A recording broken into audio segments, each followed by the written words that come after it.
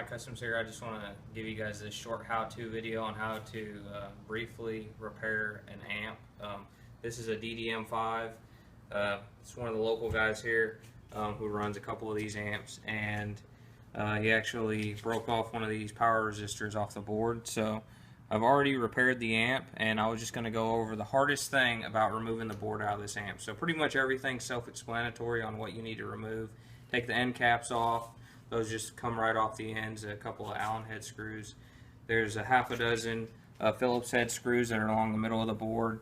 And then once you get the spring clips off of the Mosfets, the board will actually slide out. You want to slide it from the power side away out towards the gain filters and everything, because there's actually a ground strap under here that you have to remove too, that's between the board and the heatsink. But the hardest thing to do is to remove these spring clips. So if you don't get these spring clips off, the board will not move. You can't slide it out. So I've never done one before. Did a little bit of research online, figured it out in about 10 minutes. Found out I had to build a tool in order to do this. So I took one of my screwdrivers that I don't really do anything with, and basically heated up the end of the screwdriver with a torch, and then bent it over and then grinded it down on my bench grinder to where it would fit in these keys. So you have these little holes here that are on the top of each one of these spring clips, and then I also made mine narrow enough to where I can get in next to where these capacitors and stuff are at. And even if it doesn't quite fit all the way, you can come in at an angle and then kind of pry these out. And what I ended up having to do is, once I heated this up and bent it, then I had to retemper it. So then I just heated it up cherry red hot and then quenched it in motor oil, and then that way it put the carbon back into the steel. So how you remove these clips, it's really easy, and then how to install them back. So you need a tool like this. I've seen a couple people say take an awl and bend it and then grind it down to where it'll fit.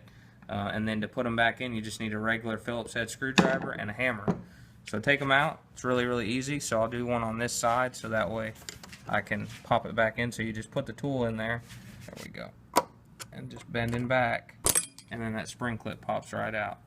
So this clip is what retains and holds the Mosfets up against the board. So once you pop all the clips off, you just lightly pull these Mosfets away. They're just contacted on there with dielectric grease.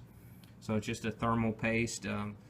Maybe some computer guys are familiar with that stuff. They use them on like CPUs and things like that. So it's just a paste on there. You just have to pop these away from the board and just go gentle to where you don't bust the Mosfet off of the board. Once all those are released back and all the spring clips are out, the board just slides out, and then you can replace any of the components on the circuit board. So to put this clip back in, so say we're done like we are now, you just set it back up on that little channel, okay? Get it placed over the Mosfets. This is what keeps them tight against the board, so that way the thermal properties of the heatsink work on the Mosfets. So I just place the screwdriver there, and I just give it a couple taps with a hammer.